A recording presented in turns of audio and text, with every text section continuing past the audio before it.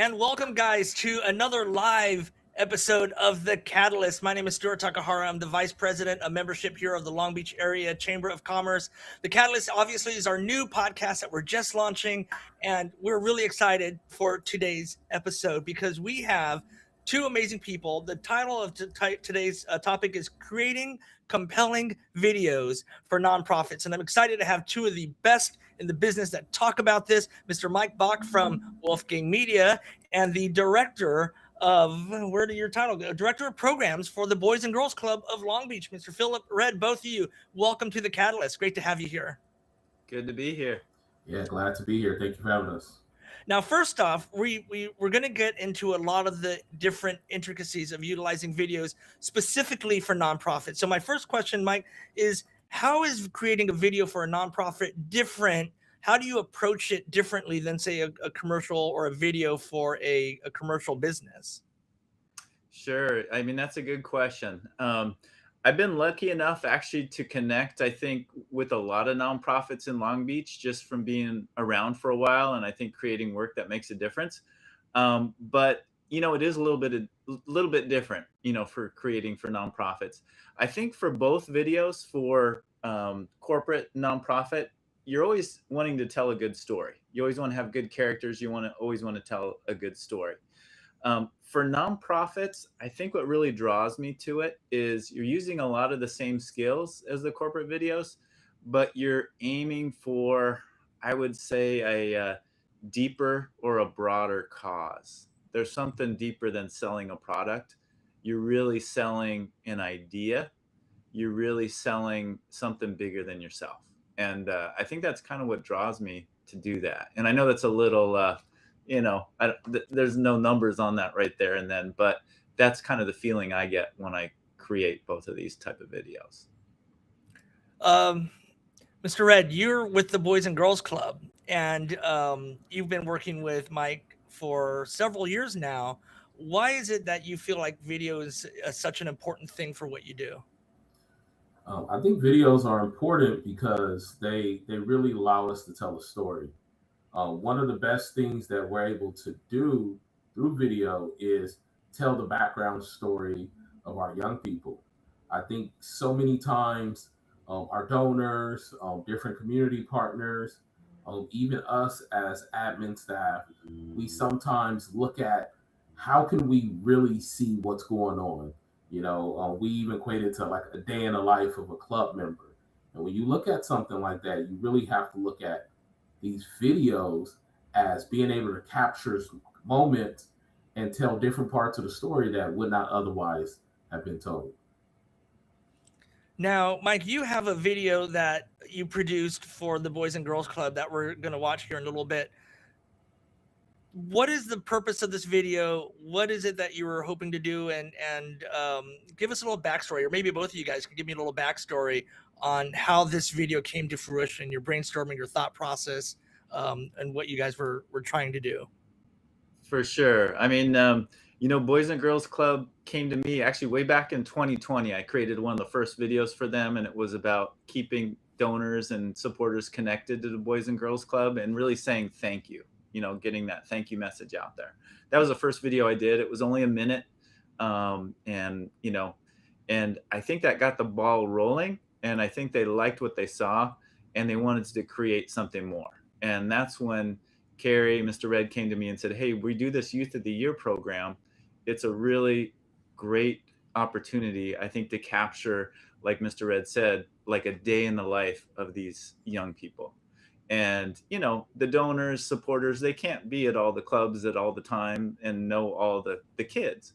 So how can we get like these three candidates? How can we tell their stories in front of this audience of, 300 people in a short amount of time? So we really did this brainstorming session and came up with, how can we do this? How can we tell the story? We want them to be just under 3 minutes. We want to capture their feeling and their accomplishments and their dreams and their goals and their hopes in 3 minutes, right? It sounds like a big challenge, but it is a good challenge. And we didn't want to just have them speak as a talking head. We wanted to show it as well. And I remember doing show and tell in school, and that was one of my favorite subjects. So, you know, we have them speaking on camera, but then the whole key is how can we actually show it? Them interacting with the other kids, them interacting with the staff. What do they really want to do with their lives, and where are they going, and you know, what do they want to accomplish? So we started doing the first ones, and I think there was a pretty big success. I just remember sitting there live that night for the first time and getting to watch it as an audience member. And I mean, I was getting teary-eyed, and I made the videos,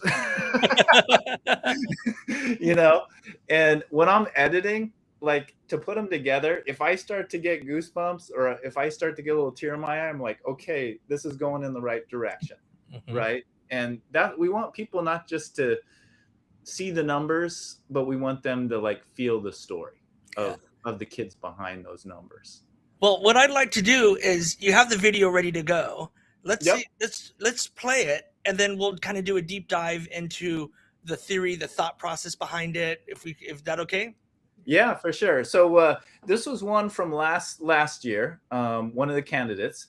And by the way, out of these three, the top one wins a really nice scholarship and some great support in their lives. So it really does change the trajectory of their lives with what they do to, you know, to win the Youth of the Year. So this is one of the candidates.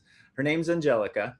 And I'm not going to show you this year's videos. Obviously, you got to come to the event if you want to see that next Thursday. But we will show you one from last year just so you guys can get a feel for it. It's just under 3 minutes. So I'm going to get it all set. Yeah. As you prep for that, a couple things I want to touch on. First off, if you're watching us live on YouTube or on Facebook, you can, in the comment section, drop questions, and we will be taking answers or answering those questions later on into the program. So if you have questions for either Mike or for Phillip about videos or Boys and Girls Club or anything, drop those in the comments and we'll be able to get to those. The second thing, Mike, as you're preparing to share your screen and getting the video ready, we touched on it a little bit just a bit ago, but there's an event coming up for the Boys and Girls Club. It is the Great Futures Gala, Youth of the Year, next Thursday. Tickets are still available. We'll get into that in a little bit as well. But here is the video. Mike, go ahead and take us through this. All right. And you just confirm it's going to play okay. Here we go. Here we go. My name is Angelica Ragland. I go to Poly High School. I'm a junior and I'm 16.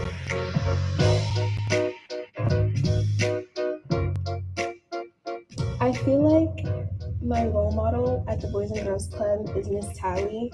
I feel like she makes me feel super welcome to the club, and I feel like I can just have conversations with her that are very natural, and she's just my safe space. Like, I love, you know, talking to her. Miss Tally inspires me to want to help other people and just to be there for people and listen to their stories.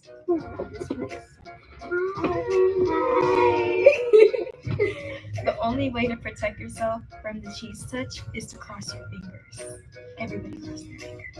I think it's important that I spend time with younger members to be a role model to them. I want to be able to show them things and just be someone that they can hopefully look up to in the future when they start getting older.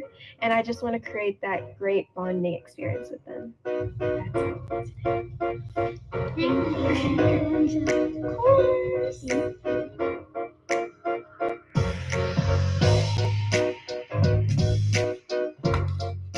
Working with the kids and cooking with them brings me joy. I love to be able to teach them new recipes and to just teach them new things. I feel like that's the highlight of my day of coming here.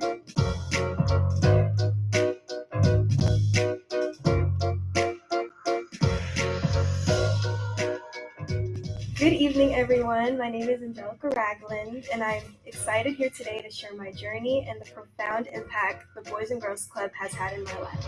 Thank you guys for taking the time to listen to me.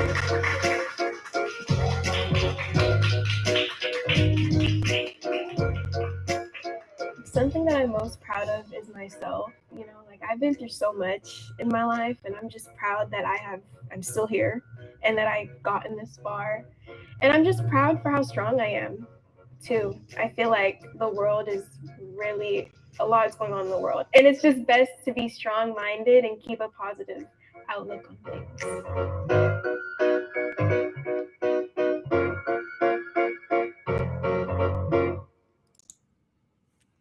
Wow. So there it is, and now 300 people all clapping and going crazy, and she's coming up on the stage. And you know, so that's kind of that's what happens when it happens live, right? So take us through this video. This was designed with a specific person to show at the gala, the Youth of the Year gala. Right. Yeah, so how we do this process is, you know, Mike is a whiz, you know, we're the best tag team west of the Mississippi. And what we do is, you know, we try to start the process of kind of just getting to know the young people. We select 3 Youth of the Year candidates to represent the Boys and Girls Clubs of Long Beach. And through those 3 candidates, again, we want to tell that story. We want them to be able to feel comfortable, but we want it to be relatable as well. So while Mike is kind of setting up, we're doing the pre-work. You know, we're asking them how their day is. We're asking them what's going on. We're asking them what are some things that they like to do.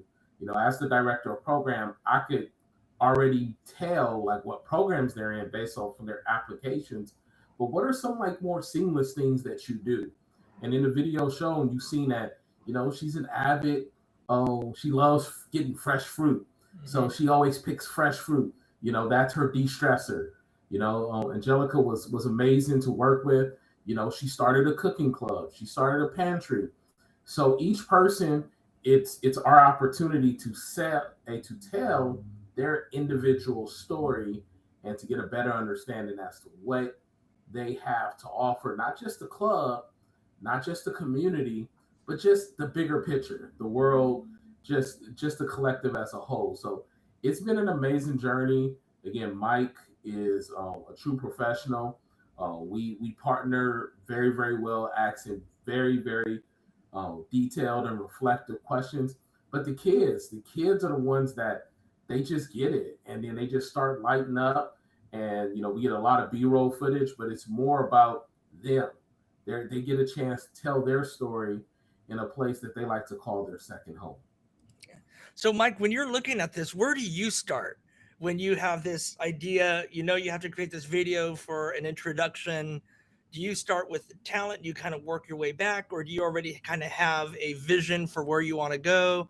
Talk to me about your brainstorm process through this. Yeah, for sure.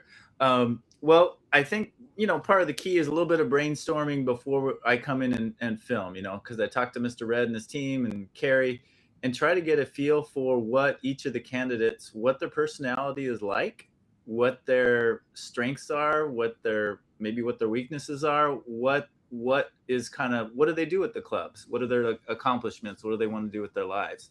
So I kind of try to get in my head, okay, what would be good B-roll or cutaway shots to illustrate the story?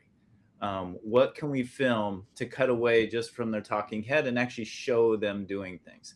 And for Angelica, it was like, oh, she's into gardening. She's into cooking.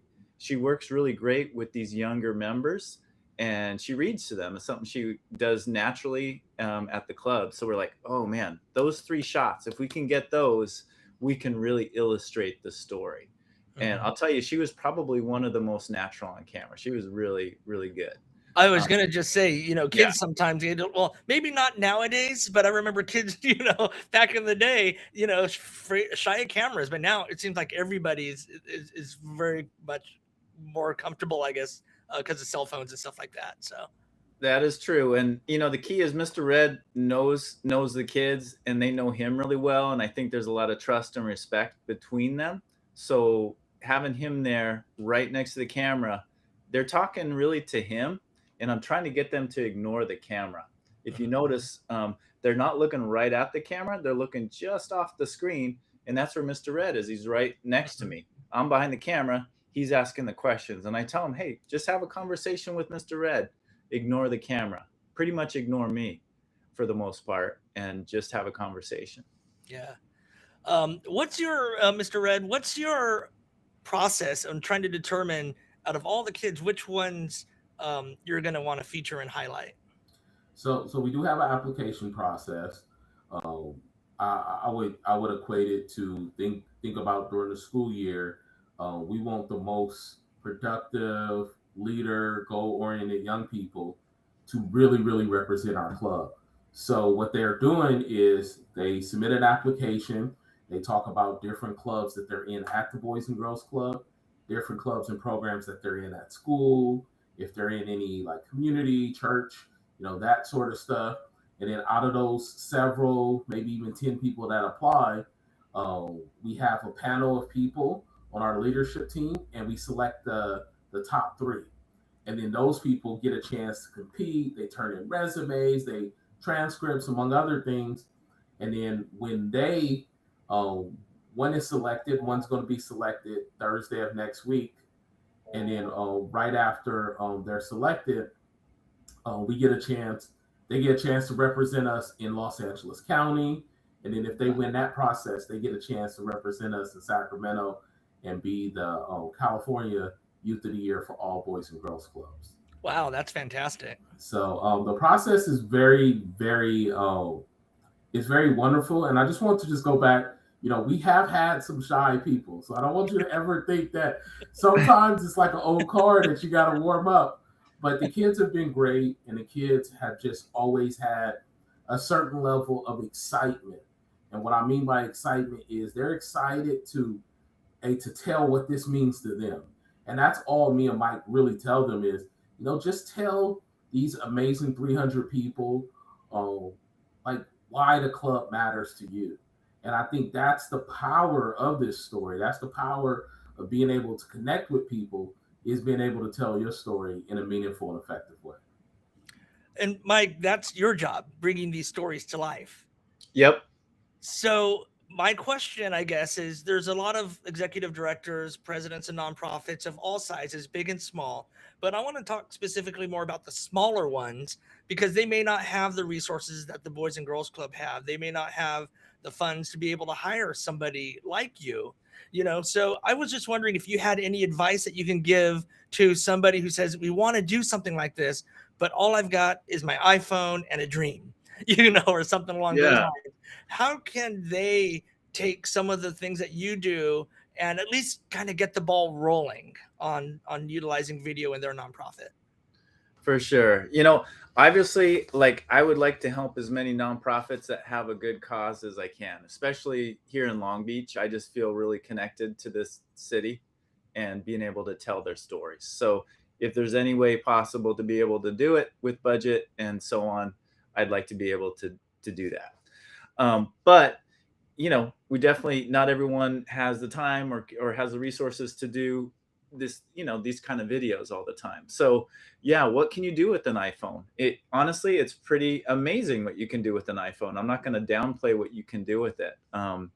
I've used an iPhone sometimes even to get B-roll for different projects. If I've got it's in my pocket, and let's just say I'm out and about in Long Beach and I see this amazing shot. Like I was at the car show the other day, whenever the Belmont car show was, and I happened to have my cell phone. I'm like, I'm just going to get some footage here. This is amazing. And I do videos for Long Beach all the time.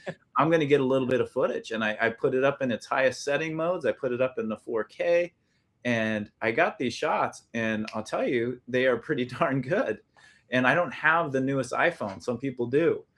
But I will say that no matter how good your equipment is or how high tech, you got to have kind of some basic ideas about filming things. And I think one of the, just right off the bat, is find a way to hold that iPhone steady, because so many people are used to holding it like a phone like this and just walking around, and it's kind of a stream of consciousness. Just film this way, film that way. It's looking everywhere. And I think you got to, in your mind, kind of think, how am I going to make this look a little bit more like a movie? How am I going to make this look a little bit more like a documentary? And one of the main things is, what's your focus? What are you trying to capture? You can't try to capture the whole room at once for the most part. You got to pick your target. And I think that's rule number one, is don't get people dizzy by walking around with a cell phone all over the place. There's a place and a time for those type of videos, maybe action films, maybe stream of conscious. But for professional videos, you got to, a tripod, a monopod. You can use your body And I've braced myself like in door frames, to be able to hold the phone steady. I've sat on a park bench and hooked it on the end of the park bench and just held it there. Like the world is sort of your tripod. If you think about it, if you're out and about, you can get some amazing shots. I've shot some stuff in Venice that people didn't know I filmed it with the iPhone. Yeah. So I think it has its place, but again, you need a little bit of some skills behind it to get some shots that are and getting the right footage, whether it's on an iPhone or a professional camera, is just the beginning. There's so much more that goes into, like what you were talking about earlier, that moment where you start to tear up, where you hit that emotional sweet spot, right? So that comes into the magic of editing. That is true. That is very true. And, when we film these interviews, Mr. Redd and I, sometimes they might take 20 minutes. Sometimes they might go for 45 minutes of raw footage of talking and doing the interview. And I know in the end, the whole video is going to be cut down to less than 3 minutes. So unless we get those gems and those nuggets, it doesn't matter how long we film, we've got to get some usable pieces. And you have to use your intuition on some of that. Sometimes we actually ask the question maybe 3 times in 3 different ways. Mr. Redd will ask it, and then at the end, I might ask it again in a different way, because I know that we can get the answer out a little bit better. Mm-hmm. And they actually might be more comfortable with us in the last 3 minutes. We might get almost 90% of everything we need in the last 3 minutes, as opposed to the first 42 minutes, mm-hmm. right? And like Mr. Redd said, sometimes you have to warm them up. Angelica, she was a natural. That was pretty straightforward. She warmed up pretty fast. But I'll tell you, not all the kids are that warm to the camera. It takes a bit to warm them up. And that can be tough. But you have to stick with it. And when you hear that nugget, when I hear it, I'm like, that's it. I know that we're going to use that piece, Yeah. So the editing is a very big deal. So going back to these smaller nonprofits, that are trying to get something, this video was specifically made for the gala that you guys are having next week. Again, we're going to get into that, but suppose they just wanted to do something simple on social media. We do a lot of work with Long Beach Gives. They have videos, sizzle reels, and things like that. That right. We're trying to do. So what's a good way that these guys can take that approach? Is there a different strategy or a different starting point? Or where would they start, I guess, is the best way to put that. Sure. I mean, one thing I would say is some nonprofit, or quite a few nonprofits, have a gala every year, some big event once a year for the most part. So I would say, with an event like that, try to get some usable B-roll footage of the event itself, first of all, because nonprofits, I think, put a lot of effort and a lot of resources in creating the events themselves. It's really a shame not to have at least some good still frames from the event, even better, some video clips, right, of the event itself. And one of the things I do, I know a lot of people hold their phones vertically for social media. The only problem with that is I'm kind of thinking big screen, because I always want to show it at an event. I tend to shoot horizontal a lot if I'm shooting with my cell phone. The reason is it gives me that movie screen look. It's got that horizontal look to it. And I know in editing, if I have to, I could cut a center piece out of it for social media and make a vertical video. And this right here is a great example, even right. doing this video podcast, where we can utilize the portrait size or the social media verticals for shorts or whatever. But if you're recording it in a larger screen like this, right. you can just use certain edits or certain parts of it. Exactly. And the other thing is sound is a big deal. If you're trying to do interviews with your mobile phone, one of the big challenges is sound. And Mr. Redd and I have this challenge too. When we're filming those interviews, sometimes just outside the room, there's kids walking by, stuff's going on, and we've got to pause. We got to pause right there. And it's tricky because sometimes it takes the kids out of their train of thought of the interview, but we got to bring them back in and then keep on going with the interview. So sound's a big deal. And I would say if you can get some sort of clip-on mic that connects to the phone, that's a big plus. because it cuts down on so much of the excess noise around you. Yeah. Right? That's a big deal.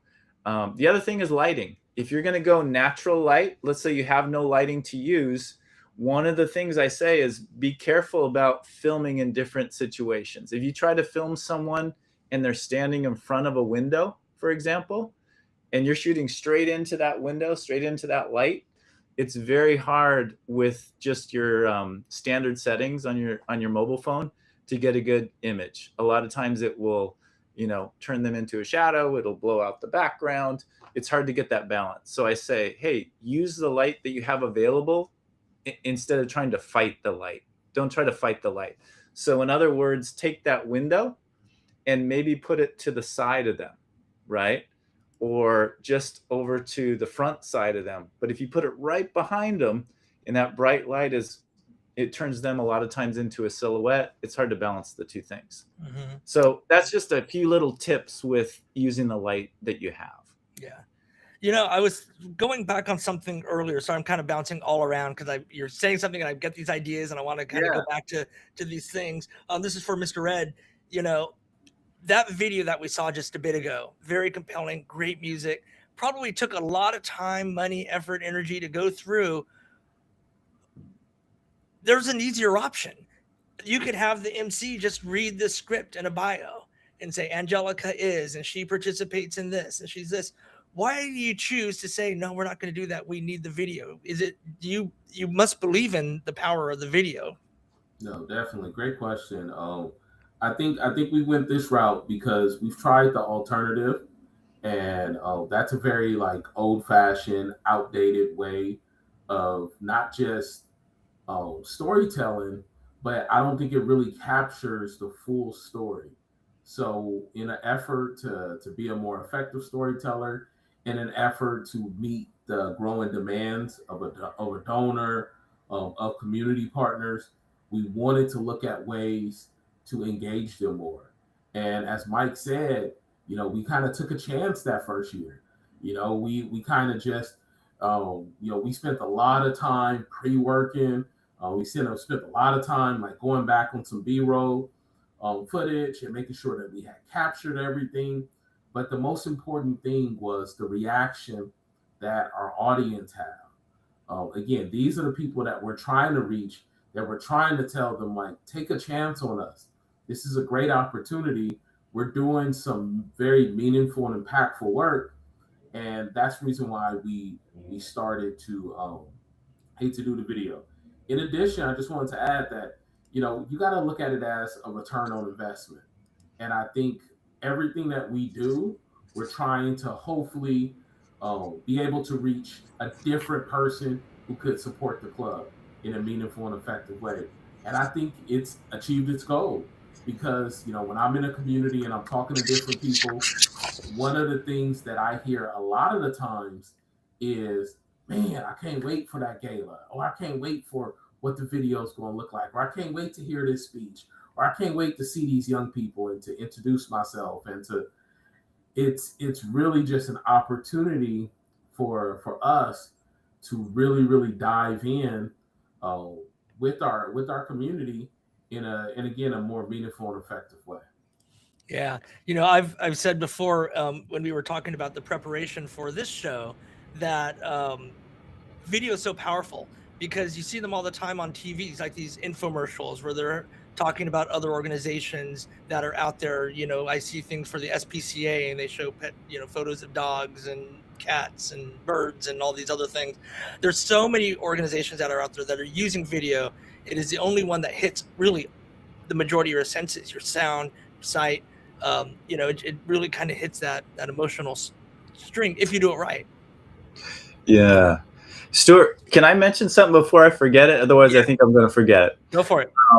As we're talking about videos too and telling these stories and why do we do the videos, I think one of the things that comes to mind is, when people say videos, one of the first things people think is TikTok, YouTube, and things like that, and social media.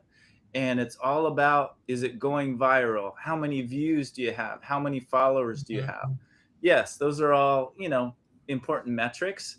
But sometimes I think about the videos that we're doing and I go, you know what? We've got an audience of 300 really influential people here that support Boys and Girls Club.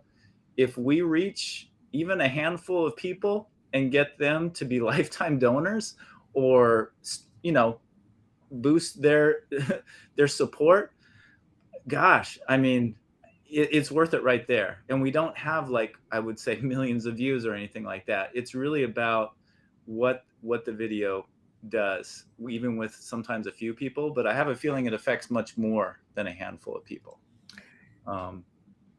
It's the same thing that you talked about, the lifetime value of a donor, where you can just get that one person and they say, yes, sign me up, I'm in. And then they become bigger supporters, more bigger advocates, and start building that snowball. You're right. It doesn't have to have millions of views to be effective. It doesn't have to have thousands of views to be effective. And we at the Chamber kind of take that in the same route. One of the things I always say is a click is not a handshake. You know, there's a lot of ways to advertise. There's a lot of way to promote your business. A lot of people think social media, they think AdWords or this and that, but there's still nothing better than a person being able to meet somebody else in Long Beach, shake that hand, nice to meet you, let's grab coffee, let's talk business, see how we can work together. Those kinds of interactions are priceless. Yeah, no, I think it's really true. It's really true. I mean, just like a really small side story, because I've been doing video for a while. I remember in high school, I got my first video camera, and for some reason, there was a American Heart Association right next door to me, like just down the street. And I had this idea for an anti-smoking video, right? I'm in high school. So I create this little anti-smoking video. It's, you know, it's high school level work, but I wanted to do it, right? I created this anti-smoking ad. And I basically took the tape and walked into the American Heart Association. And I said, I got your next video. I got your next ad. Will you guys watch it? Right.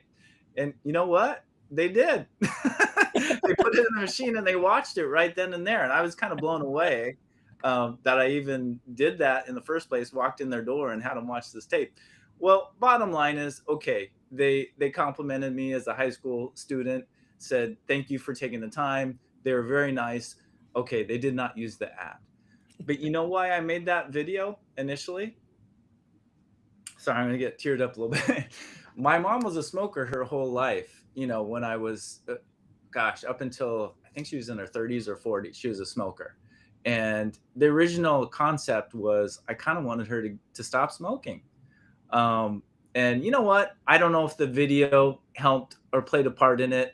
But you know what? She quit cold turkey around that time of her life. She's never smoked again after that. Wow. And in my mind, I was like, you know what? Was that video worth it? It affected one person. It affected a really important person. Yeah.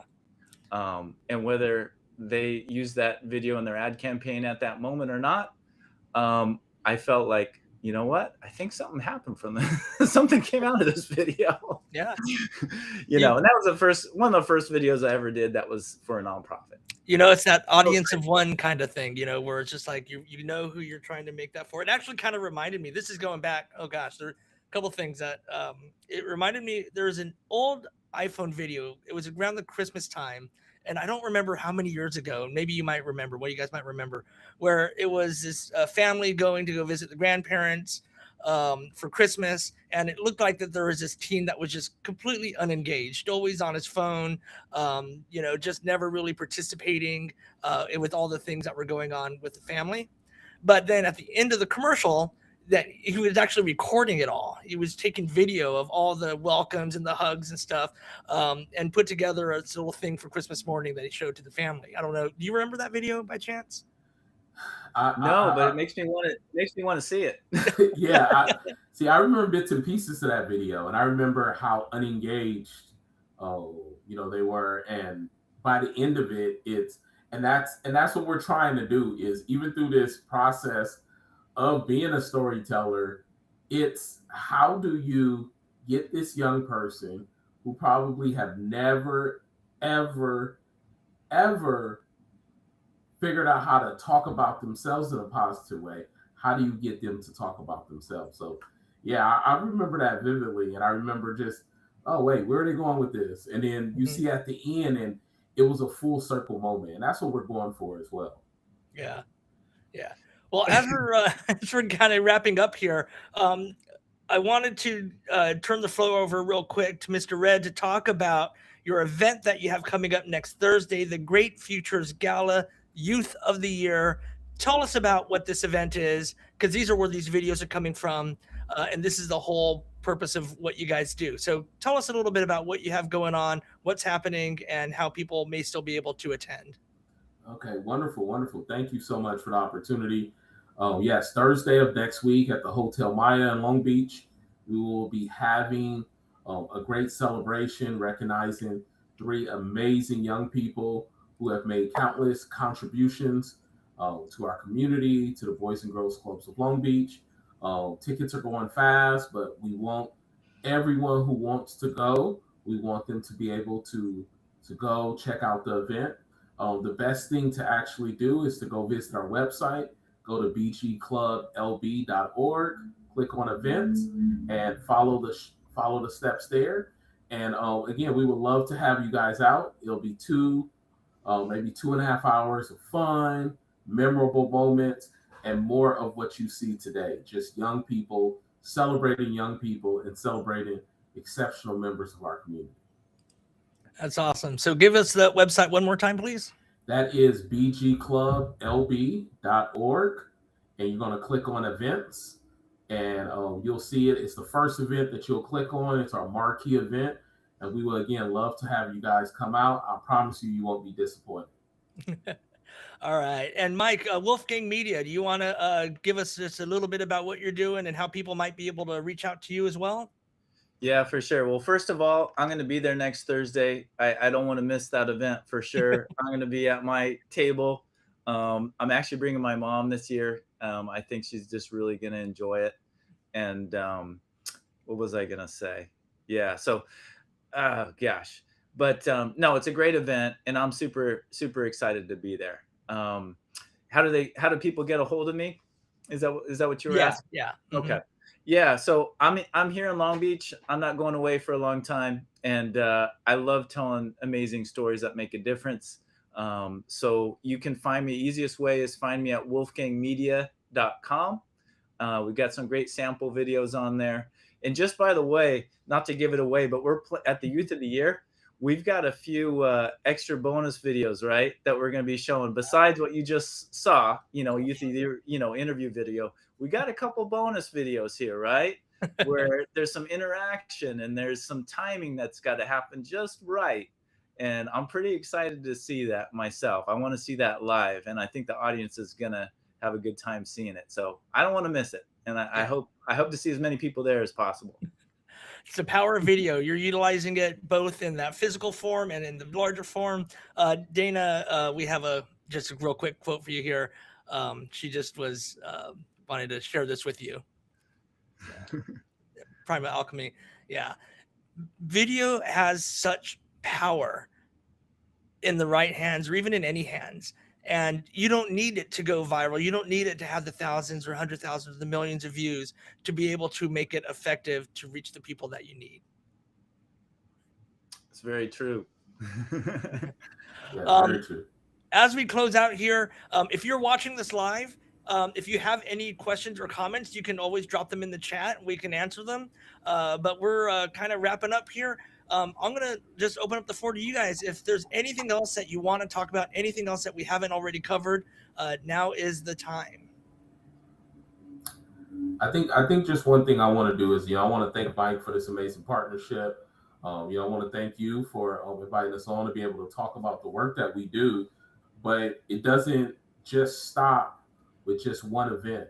Mike has even been so gracious to give us a video album that we've used with our donors. And, in talking to our VP of development, she said that she's used it in marketing sessions where, just showing a brief video and some of the great work that we've been able to collaborate on has been an unbelievable tool that our donors love to see. It captures the magic in a way where numbers and other data that that you need as well just doesn't capture. Sometimes it provides that evidence and that proof of impact that we're looking for in everything that we do. So, again, thank you, Mike, for not just at a yearly videos, but for giving us a token to use with our donors, to use throughout our community. We've even used it at some of our school presentations to show principals, to get their buy-in for some of the stuff we're doing. So, the power of video, the power of storytelling doesn't just stop with one event. It's an everyday process. And I'm just so thankful for this partnership. Yeah. Thank you, Mr. Ray. Yeah, thanks for bringing up the video album. It is a great tool because sometimes people think, oh, video, it's all online. It's all in the cloud, YouTube, TikTok. It's out there somewhere. The video album, it looks like a photo album, but it actually has a video screen inside. It's custom printed. Open it up, the video automatically plays right in front of you. No internet needed or anything like that. And I think, to me, I'm a little nostalgic. I'm a little old school. I was lucky enough that, I got read to as a kid. So I've always had a connection with like books and story time. And I thought, man, what a cool connection. It's like, open a book, kids. And then all of a sudden inside there's a screen. So it's a little bit of a juxtaposition, but I love the idea of that. It's something, it's tangible, it's something you can hold. And it's not something that's just on your phone or out there somewhere. It's actually in your hand. It's almost like holding a record or even a CD and actually having the music in your hand.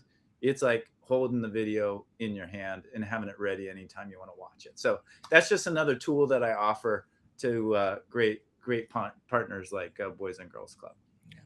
Well, I want to thank you guys both for taking the time out of your day to talk to the chamber audience about videos for nonprofits. I think there's a lot of applicable skills that go beyond just nonprofits. A lot of business can be able to utilize the things. Mike, thank you so much for providing all the tips and tricks that you were saying about shooting on iPhones and how to be able to capture that kind of story. And Phillip, of course, thank you for the Boys and Girls Club for all that you guys do here in Long Beach.